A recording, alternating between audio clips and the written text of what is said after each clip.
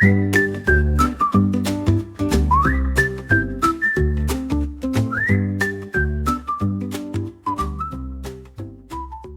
is my guy Chris saying he's been killing it for years. If you follow his channel, he'll make you money, guaranteed. You got to give it time, but I've been following him for years now, and has still been learning lessons. And I never gave it time, and I started giving it time, and it started making me money. So share these videos. Hopefully, it'll put you on some game. Maybe you'll make some money too, and who knows? Who knows what'll happen? But that's where we are. We're gonna watch this video real quick. Be in session today. I'm going to teach you how to fish and show you how to hit your next big play. So take some notes, save this video, share this video. If you made money today, please let me know down in the comments below. Like and subscribe. Make sure this video get at least 1,000 likes. And without further ado, let's go ahead and dive into it. Listen, guys, I'm jumping right into it on today. I did get busy in the market today, $79 but I'm up in not one going to even day. touch Yeesh. on that because I got a lesson that I need you to take heed to. Take a look at this. Palantir, okay? It is up 100% year to date. All right, if you've been with me since $8, $12, or $20, I'm just about certain I have changed your life, okay? But I even remember when if it you was. join late with Coach, you're still up. I remember when it was like $60 a share. Not even that long ago.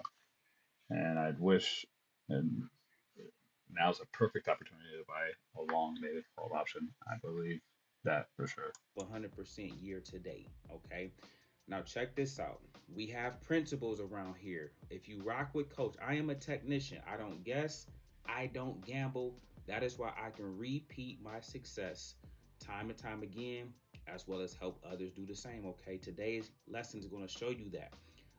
One of my principles, I only buy stocks when they go down, when they pull back in red days, okay? When there's blood in the streets, it's time to eat. So a down day of 5%, 10%, or 20%. Let's go look at this. Palantir is up 100% year to date. But look at this. In the last week, it was down 12%. Is 12%, 5%, or 10%? It is more than both of those numbers. So look, guys, I'm like this. Okay, I'm not stressing, I'm not panicking. It's a principle based trading system. Okay, this is how you don't miss, but I'm teaching you how to fish. So when I see it come to this price, I'm not saying my Palantir down. I'm saying yes. This is how you rinse and repeat. You look for it to be Yeah. down. Look at this. I'm looking for this. Us investors, the 1% of the world, we don't just buy blindly, buy randomly. We buy intently. Look at this, 12%. That is show me at 156 when Palantir is at $156, it is down 12%. Everybody take notes on this cuz you need to see this, okay? But then check this out. When it's at 145.72, it is in my super buy zone, which is I look for 20%. This tells me around 145 is down 18%. This is how you're going to hit your next big play. This is how I'm going to teach you to fish so you can go do this on any quality company. Everybody say quality companies only. Okay, Quality so for companies instance, only. if Meta comes down 12% or 20% or more, you Buying can it. do this. If Netflix come down that much, you can do Man, this. If Apple comes down that much, you can do buying this. it. If AMD comes down that much, you can do this. Buying it. Nvidia, you can do this. Let Buying me it. know if that makes sense. This is how we repeat the system. So you should always check your numbers. And if you see something that's a good company on a regular basis, good balance sheet, good leadership, profit and loss statements are through the roof, and you know that about the company. They've been tried and true, but you see something like this. This is just taking profit. Okay, this is just people taking profit. So they them came down 20%. Why? Because in this zone, it makes it attractive for us to buy. Okay, now it could come down more than 20%, but we start. You ever hear me say back up the Brinks truck? We back up the. Guys killing it in the game. You should definitely pay attention. And I know it's kind of weird. It's my first video. I'm gonna get better at this. I'm using my laptop right now. So just bear with me, everyone. anyone, and we'll get through this. All right, and the last one. This is Zip Trader. He has some hits every once in a while. They usually go up like 2,000%.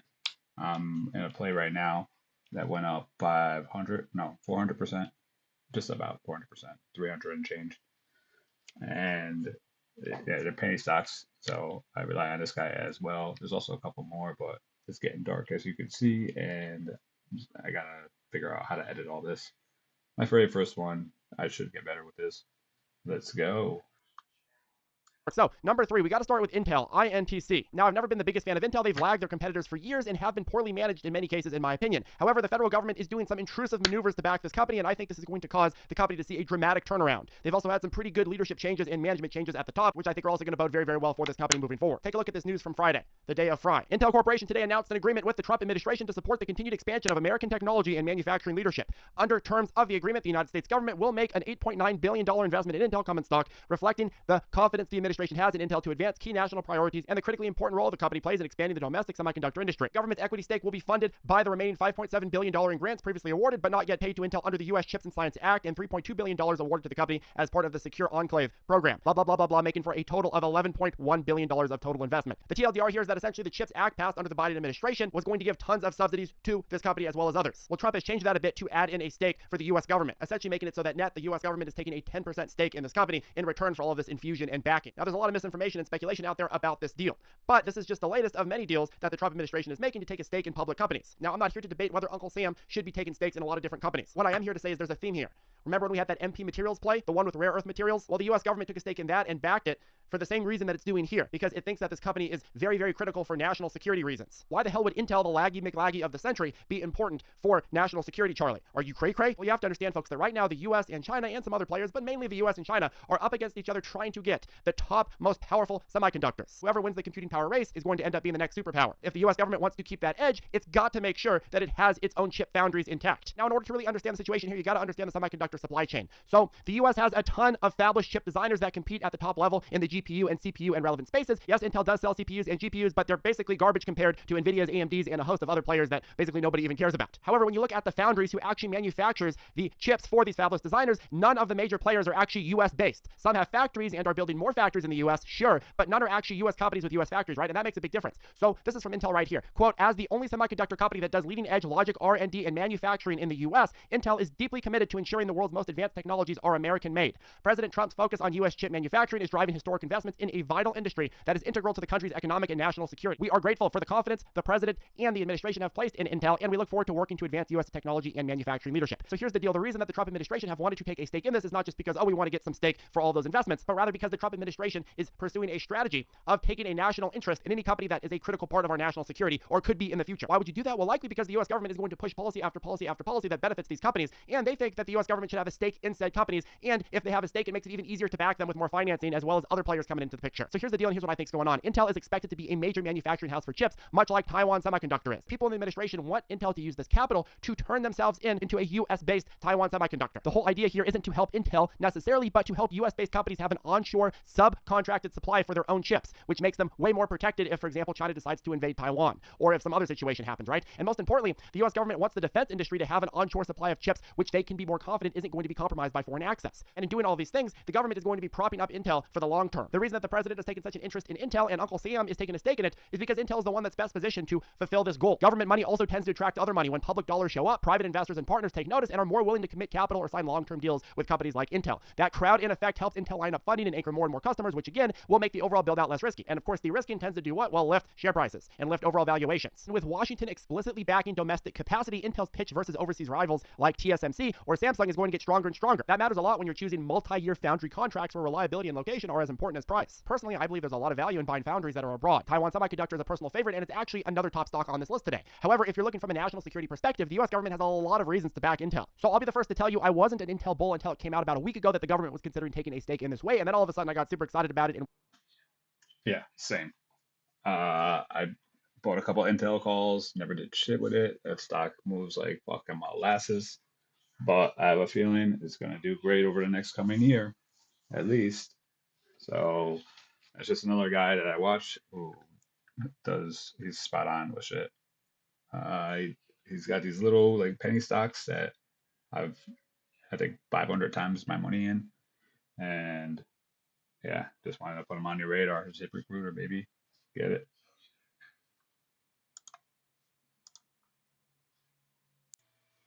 And there you have it. Palantir and Intel. I think they're two solid companies that are going to do good. Buy long-term call options with it. Might do well. I have no idea. Do your own research, but uh, I don't know. I'm trying to make it every way possible with the stocks, with the call options, and with this shit. So we'll see.